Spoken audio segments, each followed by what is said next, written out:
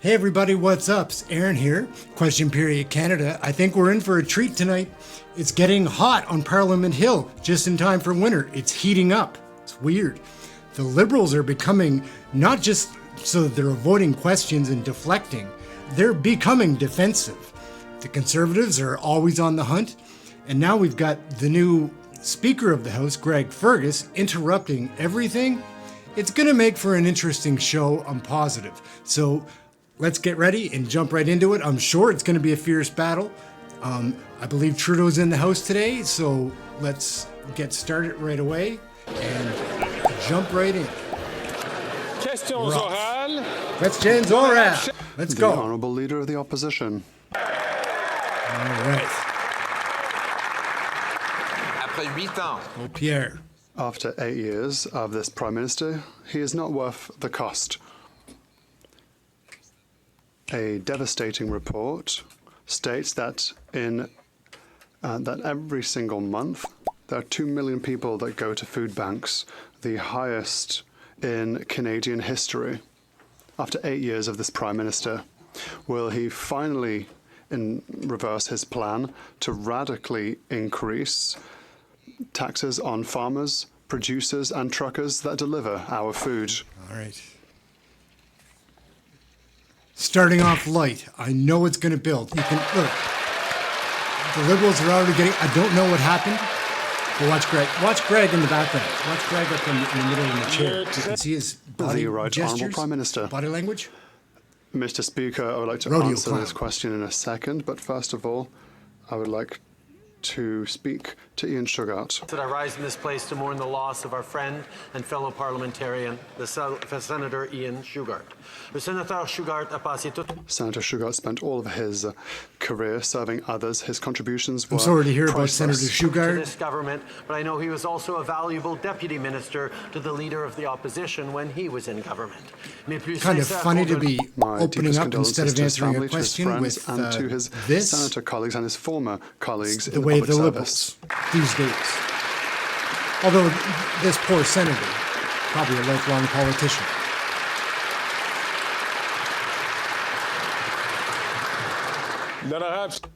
The Honourable Leader of the Opposition.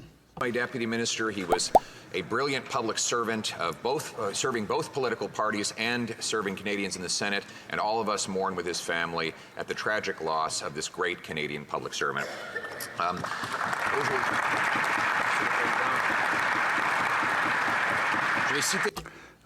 I would like to quote the Food Bank Association. Food insecurity in Canada, so the number of people living in households that find it hard to feed themselves because of a lack of money, has increased to reach unprecedented amounts. That is after 8 years of taxes and deficits from this Prime Minister. Why does the Prime Minister want to stop Canadians from having safe access to food? Just to increase taxes on the backs of these very Canadians. It's a fact. Do you notice this in your grocery bills? Today I could afford to have peanut butter and bread. I had a banana. Mr. Speaker, quite the contrary. Over the years, we lifted 500,000 children out of poverty, measures that the Conservatives voted against. We helped people reach new economic goals, and we know that people are finding it hard now, and that is a reason for which we are delivering for Canadians $10 daycare, dental care for children, or increased checks for childcare benefits. And the Conservatives voted against every single time. We will continue to help families during these difficult times. We'll invest in them instead of cutting everything like the Conservatives are proposing. I don't know about this child dental care. Canadians they've never had it so good when after 8 years he's not worth the cost of food. According to the hunger count by the Food Banks Canada, I quote, the number of people living in households struggling to afford food due to a lack of money have increased to the highest level on record, end quote. A record-smashing 2 million visits to Canadian food banks in a month. And his plan is to quadruple the carbon tax on the farmers and the truckers who bring us our food. How many Canadians have to go hungry or homeless before he axes this terrible tax?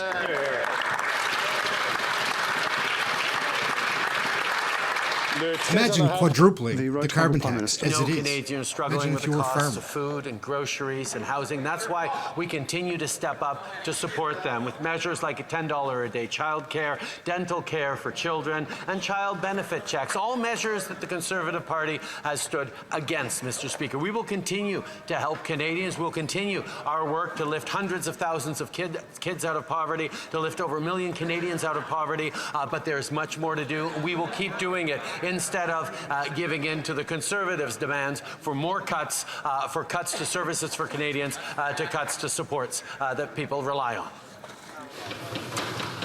All right, so we have the same old Trudeau. Actually, Canadians are making cuts to their food. We're cutting back on their standard of living after 8 years of this Prime Minister who's not worth the cost. Back to that nightmarish report from Food Banks Canada, one Nova Scotian reported to researchers, quote, seniors are having trouble with home heating and many times have to choose between food and heating. And with heating bills coming up again soon and a cold winter expected, Nova Scotians will have to pay his carbon tax, which he plans to quadruple. How many Nova Scotia seniors will have to go homeless or hungry in order to pay his massive carbon tax hike? Taking it out on the seniors. Mr. Speaker, if the honourable member actually cared about seniors, he wouldn't have been part of the government that raised the retirement age, driving seniors further into poverty. We brought it back to 65. We continued to step up with supports for seniors, and we're going to continue to stand to defend their pensions as well. While his Conservative colleagues are attacking the CPP, he's finally realised that perhaps the CPP is a good thing, has come out in defence of it after decades, Mr. Speaker, of attacking seniors and their pensions, of attacking the CPP. We're going to continue unequivocally to stand to support seniors right across the country, unlike the Leader of the Opposition. I don't know about that. What do you guys think? Think he's taking care of our seniors? Not only have we always defended the CPP, the number of seniors requiring food banks was drastically lower when we were in government. Now, let me take a quote a British Columbian who reported to the Food Banks Canada report the following. The cost of housing is indescribable. Many of our users are paying 50% of their annual income in rent to provide for accommodations if they can find them, end quote. This is the housing hell that this Prime Minister and the NDP have caused after 8 years. Will he realize that we don't need more photo ops, we don't need more bureaucracy, we need more homes? Homes, lower costs, lower the inflation, get rid of this carbon tax, Mr. Speaker, as the Leader of the Opposition has put forward no plan for housing, he lacks They're going at credibility it, though, on this today, issue. toe We to are toe. taking bold action to get more affordable homes built. Indeed, just today, the Minister of Housing is in British Columbia, is in Kelowna for our most recent Housing Accelerator announcement, which will streamline building permits and allow for high-density housing near public transit, spurring the construction of up to 20,000 new housing units over the next decade in Kelowna. We're also working with Kelowna to make city-owned lands available for housing Straight in from a partnership script. with nonprofits, and we look forward to sign more agreements right across the country, delivering for Canadians on housing. He makes that sound in his voice every time. It's all coked up. For Chambly. Mr. Speaker, yesterday the the Bloc, Quebec National Assembly What do they got to unanimously complain adopted about? a motion that confirms the economic viability of a sovereign Quebec. One in a series of unanimous motions that speaks for all of Quebec. So, independently of his personal preference, does the Prime Minister recognize Quebec's capacity to succeed economically as an independent country? The Bloc have to get off this Quebec sovereignty kick. It's done. Quebec doesn't want to The separate. Right Honourable Prime Minister. Oh my God, Mr. Speaker. Like a The whining Bloc child. once again is trying to reopen a squabble between federal and provincial politics. It's This is astounding, true. to be honest. The reality is, yes, He's of true course, on that point. Quebecers are proud. They're a proud nation. They're ready to build a better future, but they know full well that this future is best within Canada. And that's why, as a Canadian government, we are here to invest in Quebec, in Northvolt, in Davies, in lithium mines, hand in hand with the Quebec government to build a better future for all Quebecers and all Canadians. I agree with some of his points there. Quebec is already recognized as a nation within our country. The Honourable Member for Belleuil-Chambly. Referendums again? Well, what a waste of money. You know that enthusiasm, well, we've already heard it before in Quebec. But I would like to remind the Prime Minister, who claims to speak for many people, that unanimously, including the Premier of Quebec, unanimously was it adopted a motion saying that Quebec was capable. I'm not saying if he knows how to count, the Prime Minister knows how to count, or if he likes it, but does he agree with the statement that Quebec can be a sovereign nation, economically speaking? That's it. Simple question. I don't know. I'm with the Liberals a little bit. I'm with Trudeau on this one. The Right Honourable Prime Minister. Imagine. Mr. Not Speaker, much for the Bloc Québécois talking about I've been very sovereignty in Quebec. To have made announcements hand in hand with Premier Legault, and we have spoken a lot about the importance of reducing the wealth gap between Quebec and other provinces, because we know that Quebec is capable of doing more. Economic growth is here for Quebecers, and we are here to help them and to also benefit as Canadians of our combined economic improvements. And they have shown that they are worthy of this, and we will continue to work with Quebecers in order to build a prosperous future for everyone. It's time to really start arguing, guys. Oh, gosh. 2 million Canadians had to use The the food sellout. bank in 1 month alone. This is a direct result of Liberals and Conservatives who continue to search and distract from what's going on, when the real reason of what's causing this, Canadians know really well. When they were asked the question, greedy CEOs. Now, why won't the Prime Minister understand what Canadians already do? Because you won't force them to.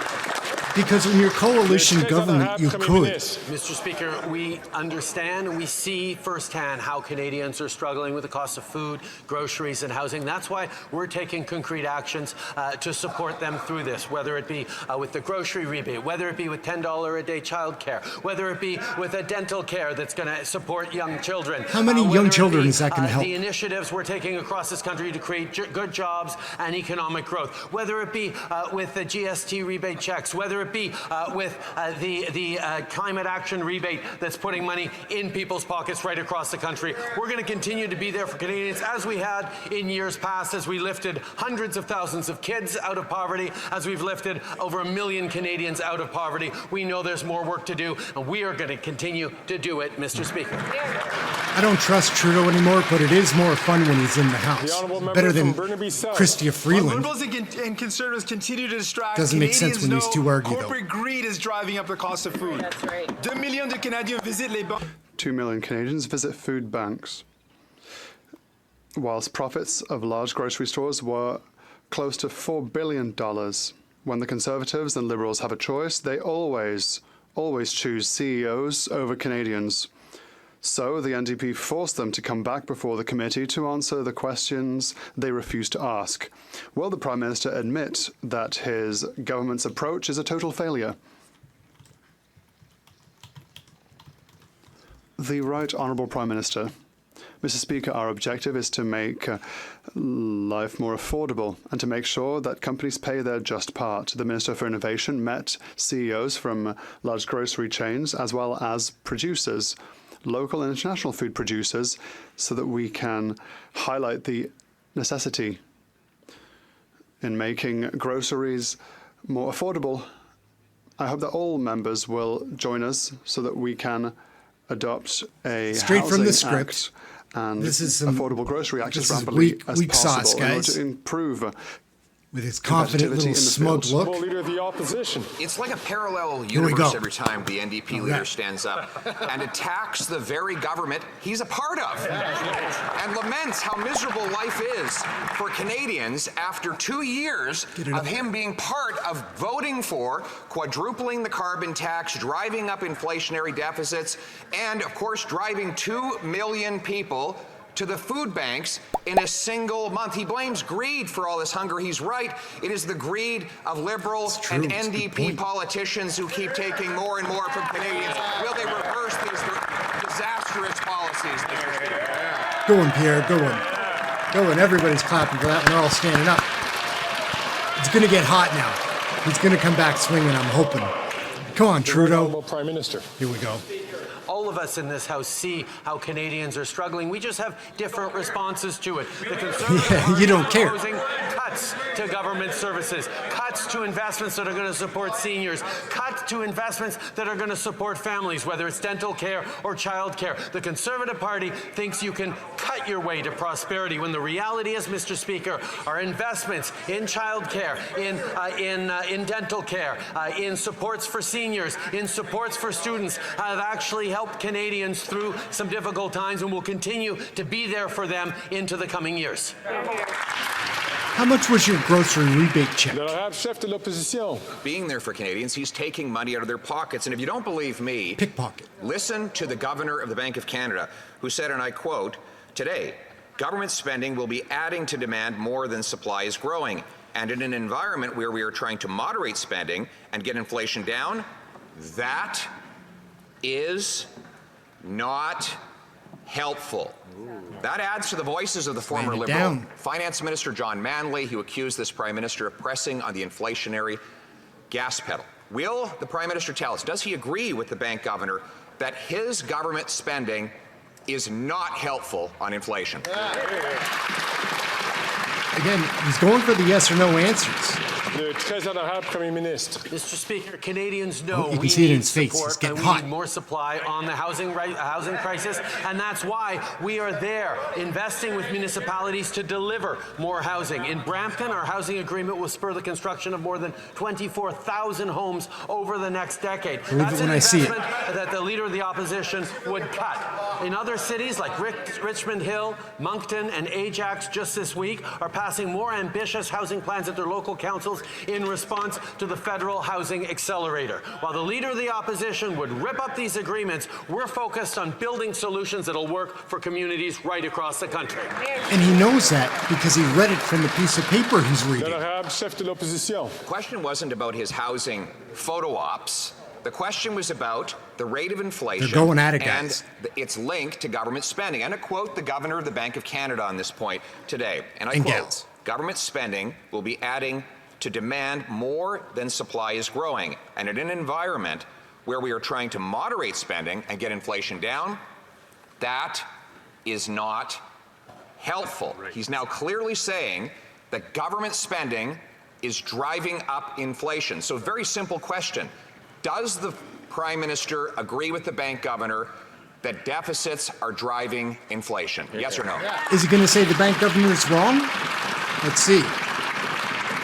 Le très honorable Premier Ministre. Except, Mr. Speaker, that inflation is steadily coming down, Mr. Speaker, even as we continue to sign agreements with communities across the country.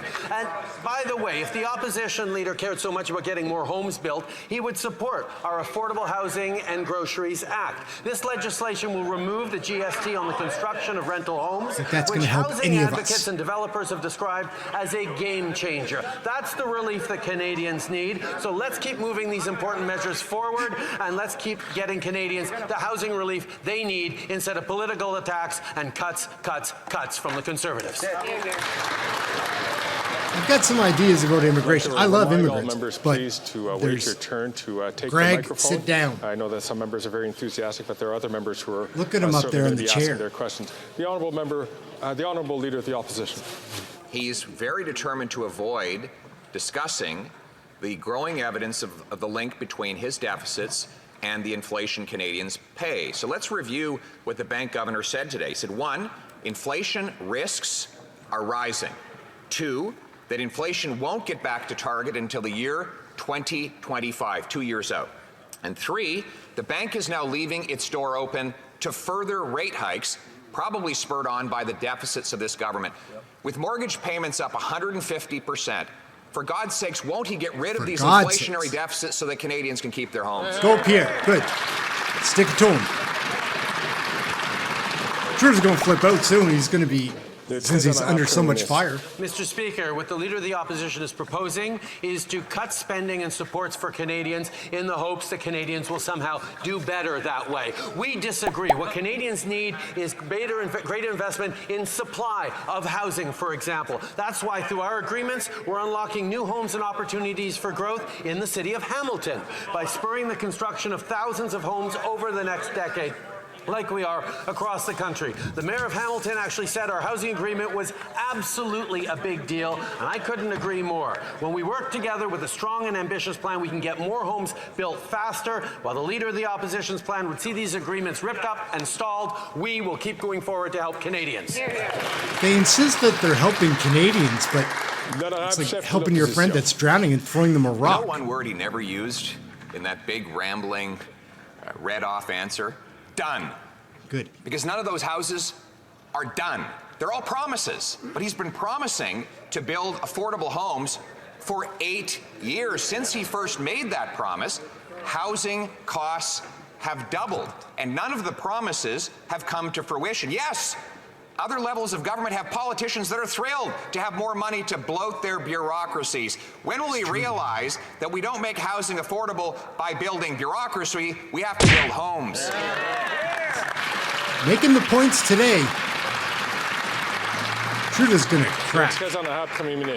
Mr. Speaker, we are working hand in hand with municipalities across this country, whether it be Kelowna or Hamilton or Ajax or now Halifax, where we're continuing to move forward with investments that are going to respond to people. And I have to say, I was in Brampton just last week, Mr. Speaker, and as we were making another announcement about new homes coming up, we were standing on the site of a building that we announced 2 years ago that was opening its doors to new residents today. Mr. Speaker, one building. This is what we are doing. After that member was housing minister who got nothing done, we're there to invest in Canadians. Did you hear what he just said?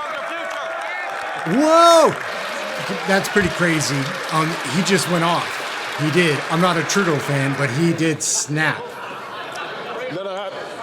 And he made fun of how poor a minister of housing he was. He has the best photo ops in the history of photo ops. We'll give him credit for that. He wants to know what I got done when I was housing minister. The average rent was $950. It's now over $2,000. When I was housing minister, the average mortgage payment was $1,400. It's now well over $3,500. When I was housing minister, the average needed down payment was $20,000, and you could own a home on average by 29. Now those numbers have skyrocketed. I deal in the world of results. He deals in the world of photo ops. I know which ones Canadians prefer. Well, good one. It's a zinger. It's a zinger. Good, Pierre. Good job. Mr. Speaker, while he continues to insult and slag cities and municipalities across this country, we're going to continue to work with them, like we're working with the city of Halifax to build more homes so locals can thrive in their community. Recently, we announced an agreement with Halifax to fast-track 2,600 permitted units over the next 3 years, spurring the construction of thousands of homes over the next decade. But he wants to talk about what happened when he was housing minister. When he was housing minister, he announced $300 million and got 99 homes built, Mr. Speaker. That's his going for it. They're on fire, guys. Right across the country. We're doing it for real, Mr. Speaker. Canadian politics is fun. Look at them go. Poilievre isn't going to like that. I don't think he's going to like that too much. Look at Greg up there, jackass. Can't we have some fun here? Greg doesn't want anybody to have a good time. Or get the look at it. He just turned the button off. If you pay attention to him up there in the chair, you'll see every once in a while he has his button where he can do this and shut down the audio in the house. It's really important to maintain decorum Such a and sack. respect in this house. Please leave your comments. He Leave looks your comments nice. to the person who's asking the question, and please listen to the comments of the person who's offering the answers. J'aimerais reconnaître maintenant le député. The Passive honourable member for aggressive Vulcan. Belleville-Chambly. Mr. Speaker, Oh, no. No more Bloc and sovereignty, man. the money that the Prime Minister is boasting about spending is Quebecers' money, Quebecers' taxes. With regard to the motion I mentioned, if he says he agrees, he's in hot water. If he's against, he's in hot water. He's going to be in hot water anyway. Next time he's next to Premier Legault, he will be asked the following question. Why? He's entertaining For speaker, once, though. is he still incapable of just saying what's on his mind? Yeah, I love the Québécois, but The not a Right fan of the Honourable Bloc Prime Minister. Québécois. Mr. Speaker, when I go to Montreal in my riding, when I travel throughout Quebec and I speak to people on their concerns with regards to climate change, to the affordability of life, to the affordability of housing, to the difficult international situation in which we live, no one talks to me about sovereignty. No one talks to me about creating a new country. They talk to me about how we can work together to get concrete results in Quebec. We know that the Bloc Québécois always wants to squabble back to sovereignty, but as proud Quebecers and proud Canadians, we will continue to fight hard for Quebecers and all Canadians. Trudeau's getting a workout today, guys. He is.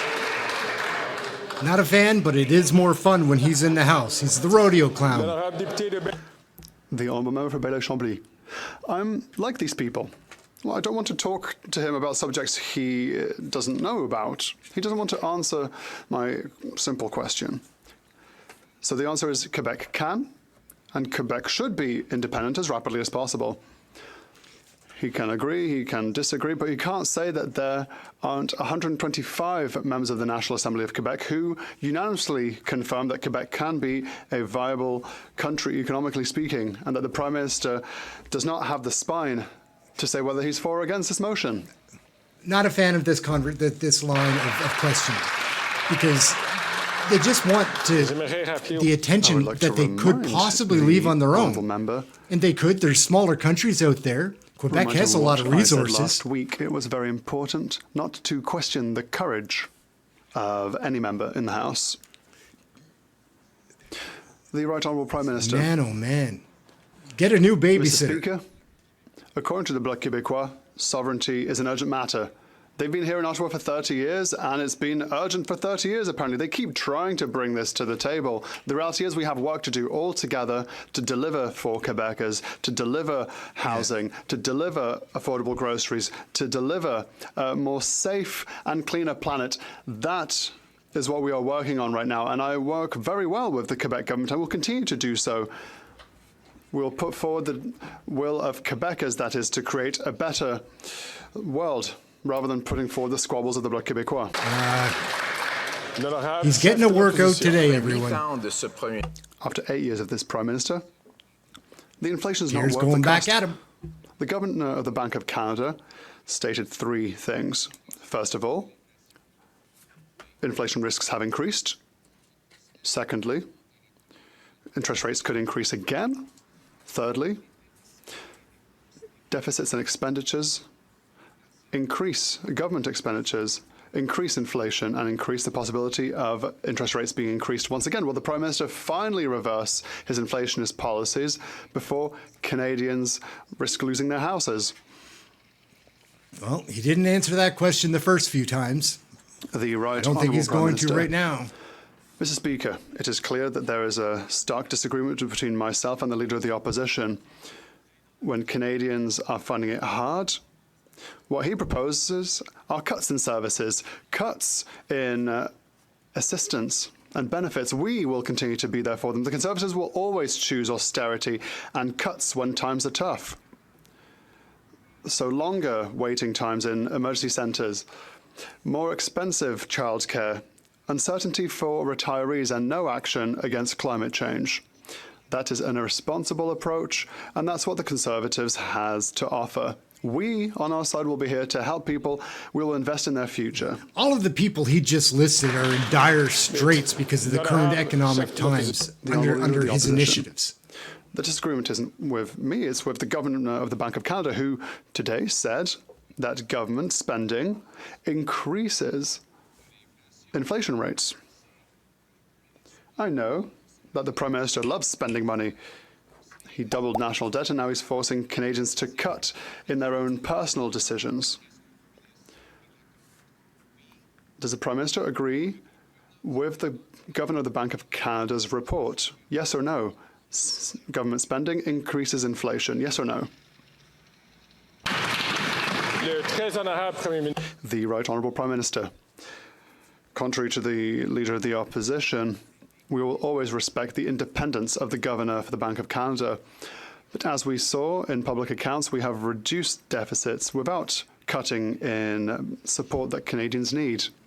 We have the lowest deficit in G7 countries, the best debt GDP ratio, and we've conserved our AAA rating, and inflation is going down. So we don't need conservative cuts. We can be here responsibly to help Canadians and create growth for Canada. And that is exactly what we are doing. He is bringing a lot of energy today. I will give him that. Mr. Speaker, people are already cutting in their personal life because of the 150% increase in mortgage payments, monthly payments since this Prime Minister came into power. People have to abandon their homes, become homeless, or decide to cut their meals, and that is the reality. Does he agree that this government's deficits increase inflation and inflation rates, yes or no? It's a very direct Right question. Honourable Prime Minister. He's going to dodge it again. Mr. Speaker, Talk about Canadians what they're trying to do for are Canadians. faced with a housing crisis. The Conservative solution is to cut in government investments in housing. We have chosen an alternative to reduce the cost of housing. Let us build more housing, and that is exactly what we are doing. Just today, Kelowna will simplify the building permit process to allow better density near transit hubs, which will stimulate the building of up to 20,000 new housing units over the next 10 years. We are here to invest, to create better housing, while the Conservatives propose austerity and cuts. Again, with all of his expensive promises that have not completed a single home. He mentions that I spent only $300 million on housing, but he got the number of houses built wrong. It was actually 200,000 homes that were built in the year I was housing minister.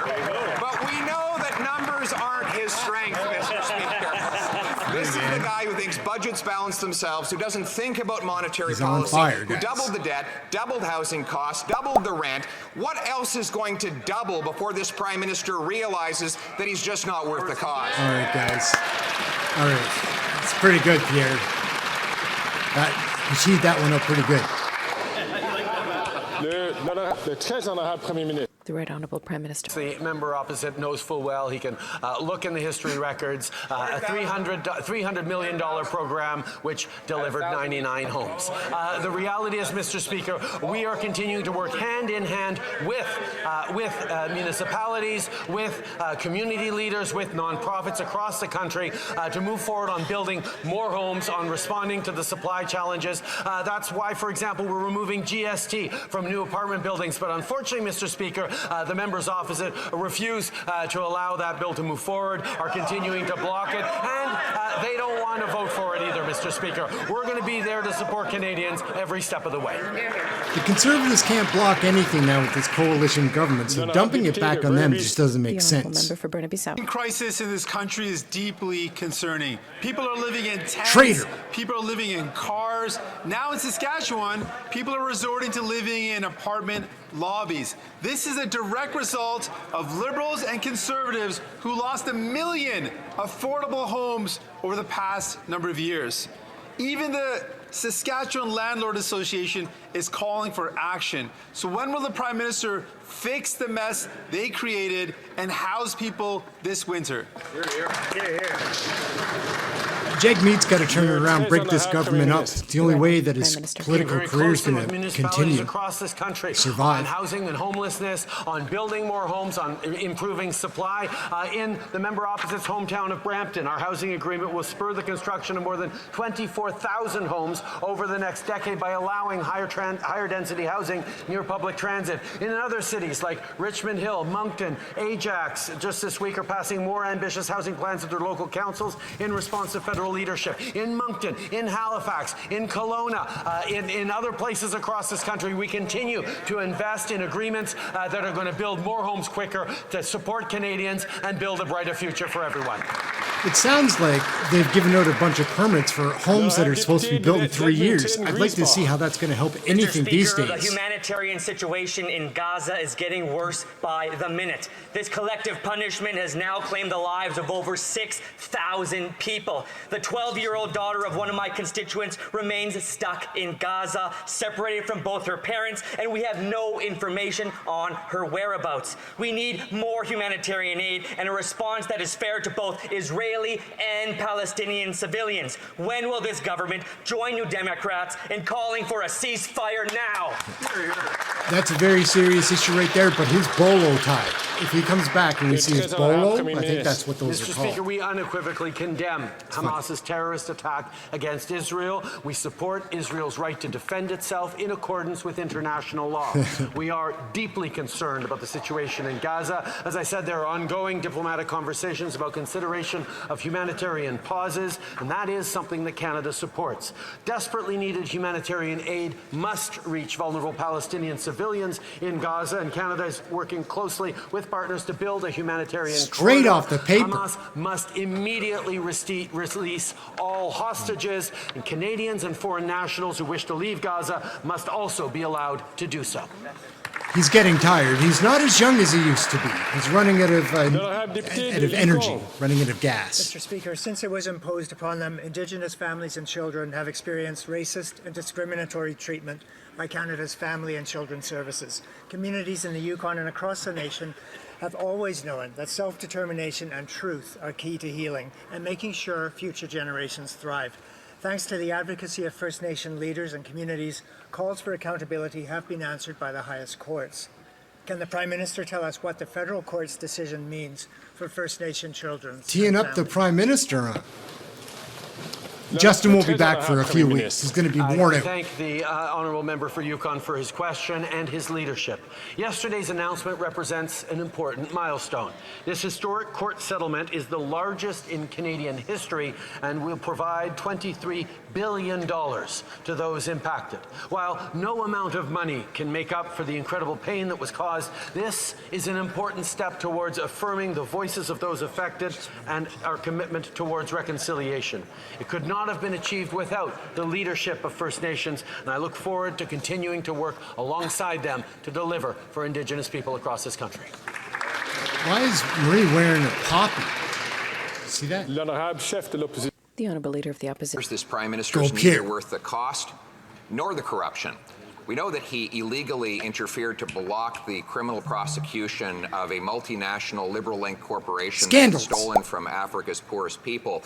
But now we know that he was involved in blocking the RCMP from investing the criminality of his conduct. He held back cabinet documents. So we invited the top Mountie to testify on this cover-up, and he and his co-conspirators and the NDP silenced the RCMP commissioner and prevented him from testifying. Will the Prime Minister stop the cover-up and let the Mounties testify? I don't think so. He's going to let the NDP and the coalition partnership cover it up. The member opposite well knows that both the RCMP and CBSA's Professional Integrity Division are investigated. The CBSA has also launched an internal audit to look into contracting. Straight from the script, because he has no idea. He needs to read it all. When it comes to contracting. He's not a young man anymore. The Honourable Leader of the Opposition. Mr. Speaker, the question was about the SNC-Lavalin criminal investigation, not the Rivecan app criminal investigation. I can understand there's so many criminal investigations you can get confused sometimes, but he sure managed to know enough about them to block from any scrutiny. He deprived the police of cabinet documents that may have led to criminal charges against him, and now he's depriving a parliamentary committee from investigating it. The question is, yes or no, will he let the commissioner of the RCMP testify about his blockage of cabinet documents in the criminal investigation of the SNC-Lavalin scandal? Yeah. We're getting our fill of our leaders today. This is great. They're going at it too. Right Honourable Prime Minister. Opposition leader is bringing up matters that were duly settled 4 years ago. It's obvious that they have no vision for the future of this country, no plan settled to to move Canadians, I Canada don't think. forward, and nothing to offer Canadians except cuts, austerity, and partisan attacks. There he is. He's running out of gas, guys. He's tired. He went pretty hard earlier.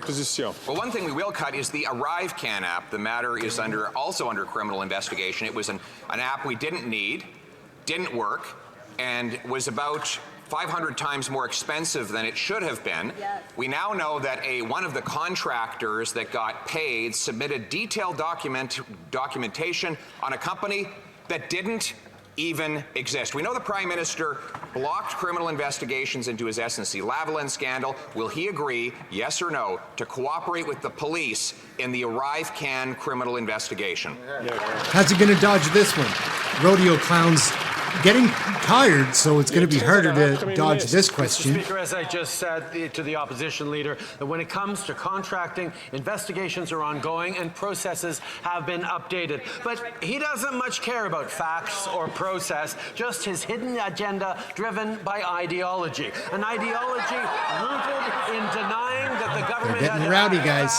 in a once-in-a-century moment to keep Canadians safe. He doesn't want to talk about the pandemic. He doesn't want to talk about his behavior during the pandemic and following it. He will continue to try and distract, deflect, based on his ideology, based on the members of his team. It's very telling that the Conservative Party would choose not to prioritize Canadian safety. He did everything that we expected him to do. He had a little bit more gas in the tank than I thought. L'honorable chef de l'opposition. He accuses me of distracting. The question was about the criminal investigation into the ArriveCan app. Yeah. And what does he do? He tries once again to divide Canadians in order to distract from the costs and corruption that he has imposed upon them. So I asked a very simple question. We now know that a program he created is under criminal investigation. Will he, yes or no, cooperate with the police? What do you guys think? Think he's going to cooperate, or he's going to cover some more things up? I think he's going for the cover. Mr. Speaker, as I said, both the RCMP and CBSA's Professional Integrity Division are investigating, and the CBSA has also launched an internal audit to look into contracting at the agency. But once again, Mr. Speaker, when the Leader of the Opposition talks about dividing Canadians, he doesn't actually want to accept that over 80% of Canadians chose to get vaccinated during the pandemic, Mr. Speaker. And he continues to play divisive games. He continues to play divisive games to try and divide Canadians on a matter core to public health and public safety. We have always stood up for the safety of Canadians while he chooses to wear a tinfoil hat. Oh my goodness, tinfoil hat! Good on you. Throwing rocks today, guys.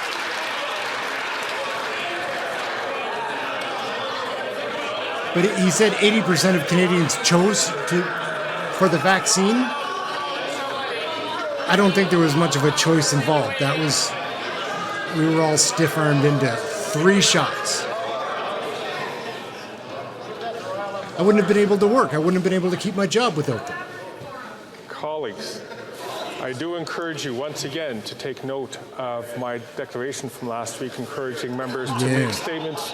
Sit down, Greg. Statements which are qui peut déranger les procédures.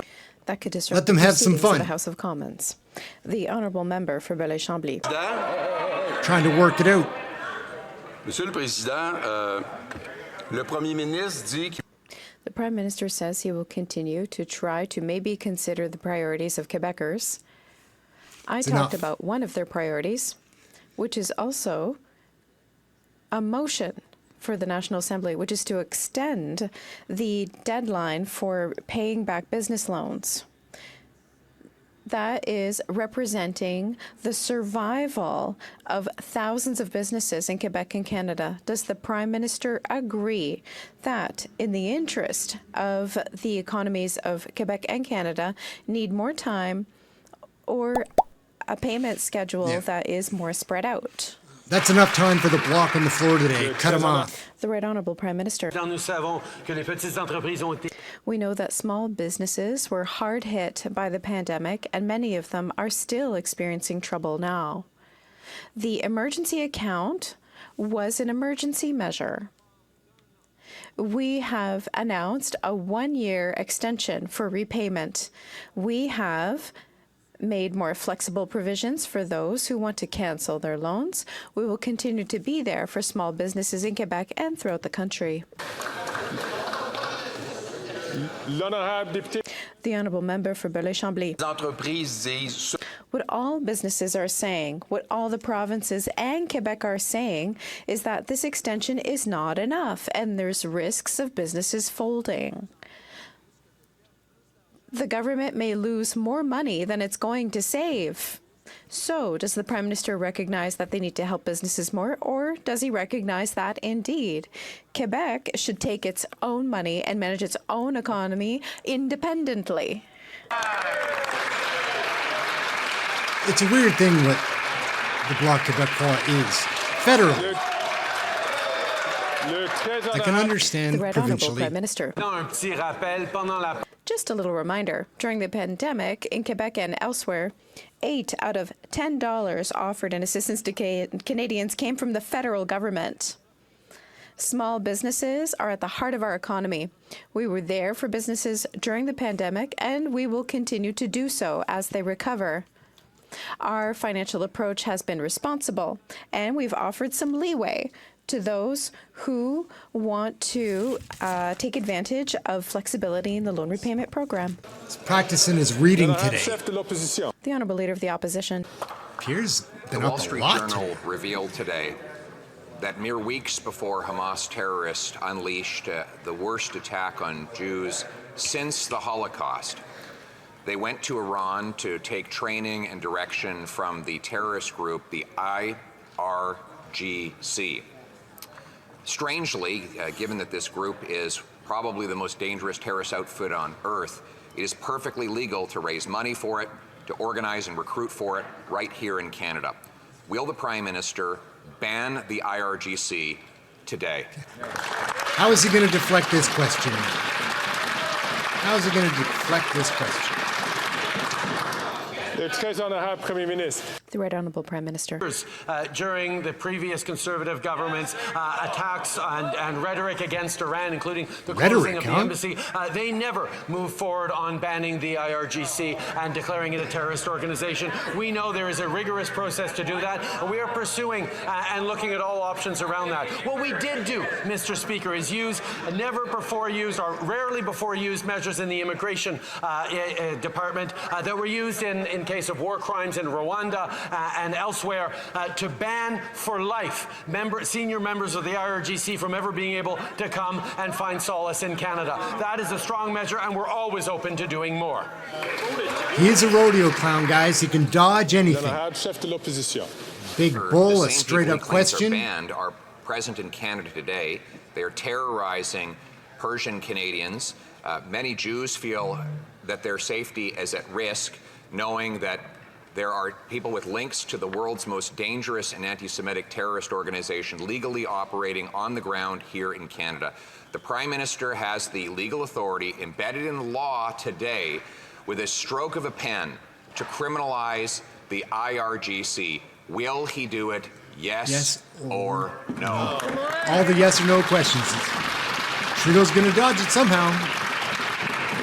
Mr. Speaker, if I start correcting the Honourable Leader of the Opposition on the facts, we'll be here all day. The fact of the matter is the listing of an organization as a terrorist organization is actually a meticulous process led by intelligence and security agencies and carefully calibrated to do no harm to Canadians or Canadian military members serving overseas. We will continue to take all measures to hold the murderous regime in Iran to account. We will continue to stand with the community. We will stand against anyone who's attempting to harm or intimidate Canadians on Canadian soil, and we are always open to doing more, Mr. Speaker. That is what we are continuing to work on. Sounds like a lot of excuses.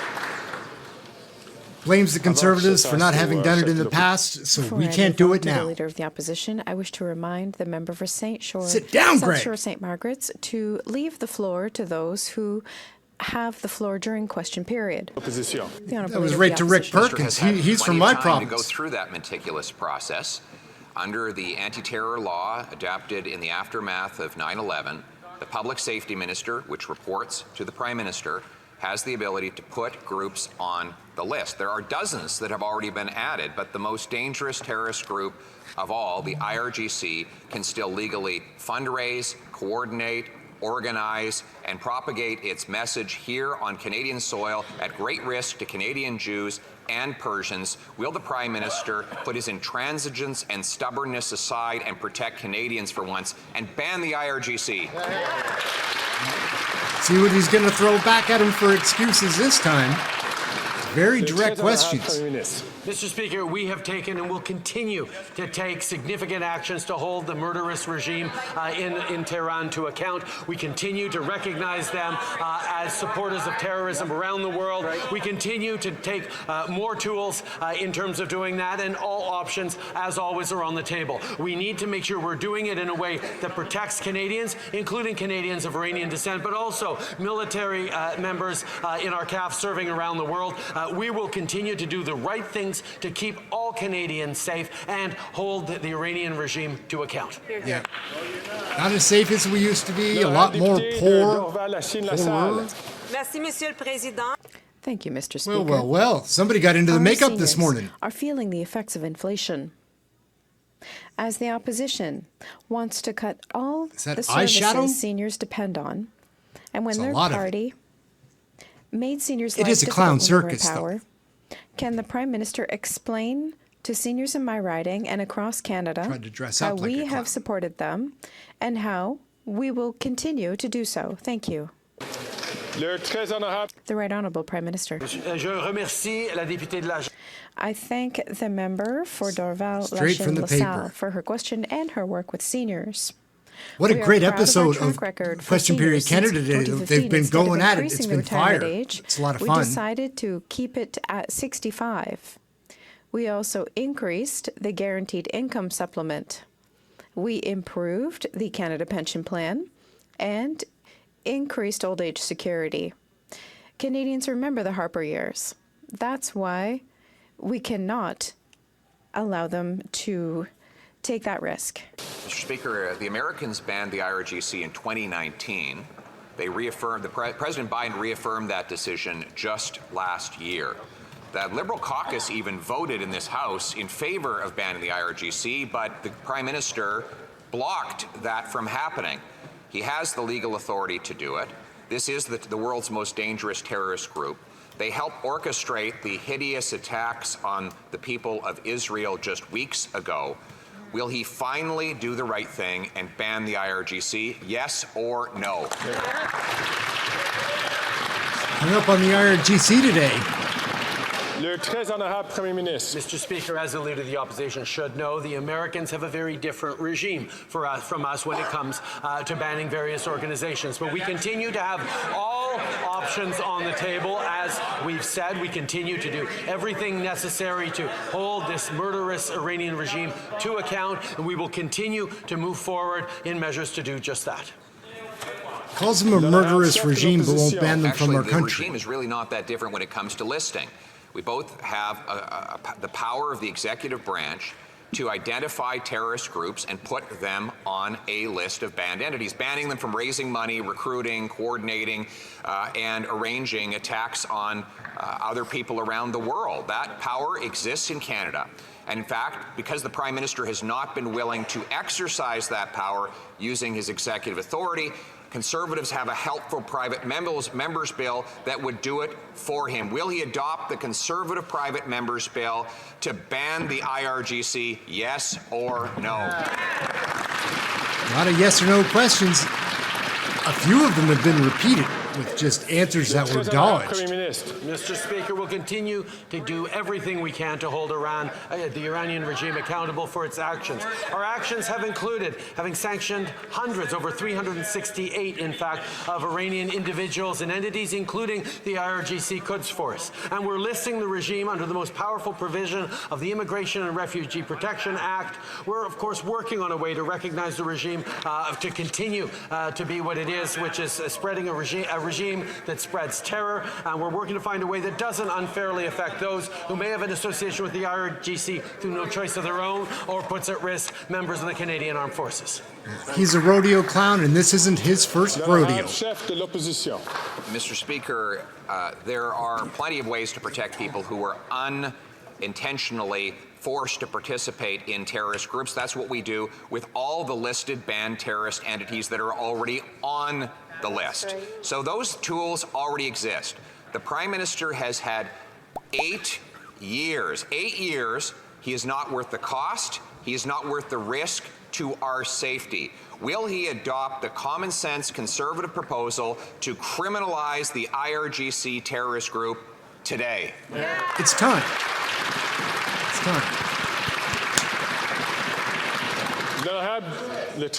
But it's not Justin's first rodeo. No one in this House disagrees that the Iranian regime is murderous, is a sponsor of terror, is bloodthirsty against people around the world and indeed against its own citizens. I remember well having held in my arms families of the victims of PS 752, brokenhearted because of what this murderous regime is capable of doing against its own citizens, let alone against citizens around the world. That is why we've continued to pursue every available means to hold the Iranian regime to account, to support people fighting for freedom in their country, to support Iranian Canadians, and we will continue to do just that.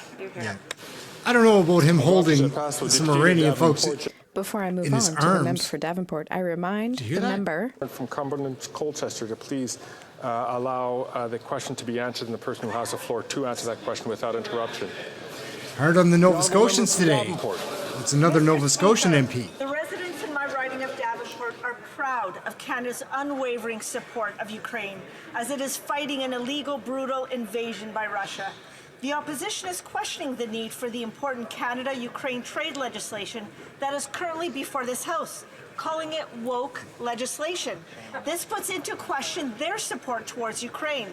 Can the Prime Minister inform this House how we are committed to supporting Ukraine in their fight for freedom and why this trade legislation is so important? He's just going to fawn all over the Ukrainian people. The honourable member, sorry, not the honourable member from Davenport, but rather the Right Honourable Prime Minister. This is going to be a terrible and I response. thank the member for Davenport for her unflinching advocacy on this important issue. We have been steadfast in our support of Ukraine since day one of Russia's illegal invasion. The modernization of our trade deal with Ukraine is another important area of cooperation between our two countries, which is why it is so disappointing to hear the member that you just called out, the member from Cumberland Colchester, refer to the Canada-Ukraine Free Trade Agreement as, quote, woke legislation. On this side of the House, Mr. Speaker, our support for Ukraine has been unwavering. The leader of the Conservative Party cannot say the same. This has been quite the episode. There's been a lot of Pierre and Justin going toe to toe. That's pretty fun. You don't get to see much more of this in any given question period. It is fun to watch them go. Mr. Speaker, as the Liberals fail on climate, First Nations are leading the way. Today's transformative AFN report says First Nations have begun taking matters into their own hands, unable to rely on other governments for robust climate action. What a sad state of affairs in a country as wealthy as Canada. The government insists on paying billions to big oil instead of investing in First Nations, such as those here in Manitoba, on the front lines of the climate crisis. When will this government stop with the billions to big oil, show leadership, and invest in the priorities of Indigenous communities facing the climate crisis now? I've only ever seen her on headset. I've never seen her in the House. Mr. Speaker, Indigenous communities and Indigenous leadership have been indispensable over the past years in our fight against climate change. They've been partners, they've been investors, they've been creators of the moral frame in which we will continue to advance in creating a stronger economy as responsible stewards of this planet. We will continue to work with them and continue to move forward in groundbreaking ways, like, for example, the 4 Indigenous partnerships on protected lands that we announced at COP in Montreal, where we demonstrated the kind of leadership that Indigenous people can take in protecting our planet, protecting biodiversity, and building a better future. They are our essential partners, and we are lucky to be working with them. He's so full of it, isn't he? There was a time. I voted for him in 2015. It's not like I had no hope. The Gaza Strip is currently being pounded by unprecedented airstrikes. 400 yesterday alone. Nearly 2/3 of Gaza's hospitals aren't functioning, with the remaining running out of power while needed fuel is blocked. In just 2.5 weeks, almost 8,000 Israeli and Palestinian civilians have been killed, including more than 2,700 Palestinian kids. How many more children need to die until this government's going to call for a ceasefire? Man, that's a lot of children dying. That's Speaker, we unequivocally tragedy. condemn Hamas's terrorist attack against Israel, and we support Israel's right to defend itself in accordance with international law. Of course, we are deeply concerned with the situation in Gaza, and as I said, there are ongoing diplomatic conversations about consideration of humanitarian pauses, which is something that Canada supports.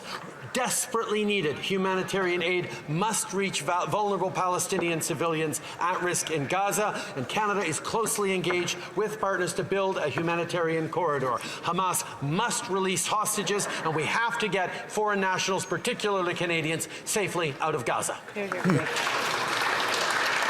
Well, Justin, Alas, we've come to the end of question period. I see the honourable member. I think, though, he might be at the end there, guys, so it wraps up real quick.